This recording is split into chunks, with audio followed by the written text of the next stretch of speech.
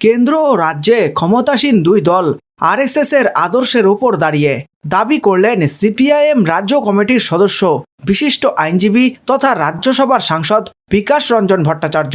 শনিবার রাতে বাঁকুড়া লোকসভা কেন্দ্রের সিপিএম প্রার্থী আইনজীবী নীলাঞ্জন দাশগুপ্তের সমর্থনে বাঁকুড়া শহরে মহামিছিল শেষে এক সভায় বক্তব্য রাখছিলেন তিনি। একই সঙ্গে তিনি বলেন, আমরা এতদিন এখানে আছি, কখনো মনে হয়নি কোনো ধর্ম বিপদে আছে।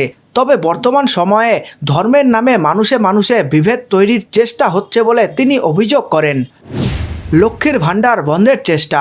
ওই সভায় বক্তব্য রাখতে গিয়ে বিকাশ রঞ্জন ভট্টাচার্য আরও বলেন, সুকৌশলে রাজ্যে লক্ষ্মীর ভাণ্ডার প্রকল্প বন্ধ করার চেষ্টা চলছে। তবে বাম কংগ্রেস সমর্থিত প্রার্থীকে ভোট দেওয়ার কারণে কোনো একজনকেও ওই প্রকল্প থেকে বঞ্চিত করলে আইনের মাধ্যমে রাজ্য সরকারের মাথায় লাঠির বাড়ি মারার হুঁশিয়ারি দেন তিনি।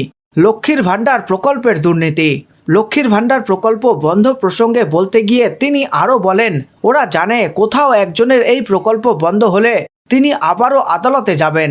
আদালতে গেলেই শিক্ষা দুর্নীতির মতো আরও দুর্নীতি প্রকাশ্যে চলে আসবে। সে কারণেই ঘুরপথে লক্ষ্মীর ভাণ্ডার প্রকল্প বন্ধ করতে চাইছে, ঠিক যেমন বর্তমানে শিক্ষক নিয়োগ বন্ধ রেখেছেন।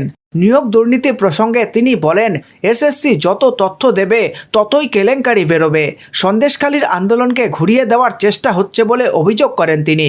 বিকাশ রঞ্জন ভট্টাচার্য উপস্থিত আমজনতার উদ্দেশ্যে বলেন, সকলকে নির্ভয়ে ভোট দিন।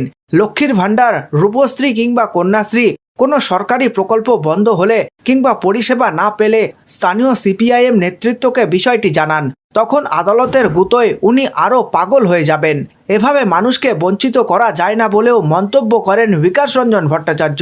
100 দিনের কাজের প্রকল্প সম্পর্কে বলতে গিয়ে বিকাশ রঞ্জন ভট্টাচার্য বলেন, ভিক্ষা চাওয়া হয়নি, স্বাধীন দেশের নাগরিক হিসাবে কাজের অধিকার চাওয়া হয়েছিল।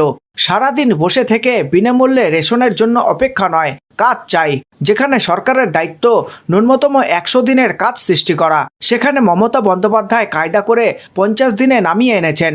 এই চেষ্টা আমাদের পেছন দিক দিয়ে নামিয়ে আনার চেষ্টা বলে তিনি দাবি করেন। সম্পূর্ণ খবরটি দেখার জন্য অসংখ্য ধন্যবাদ।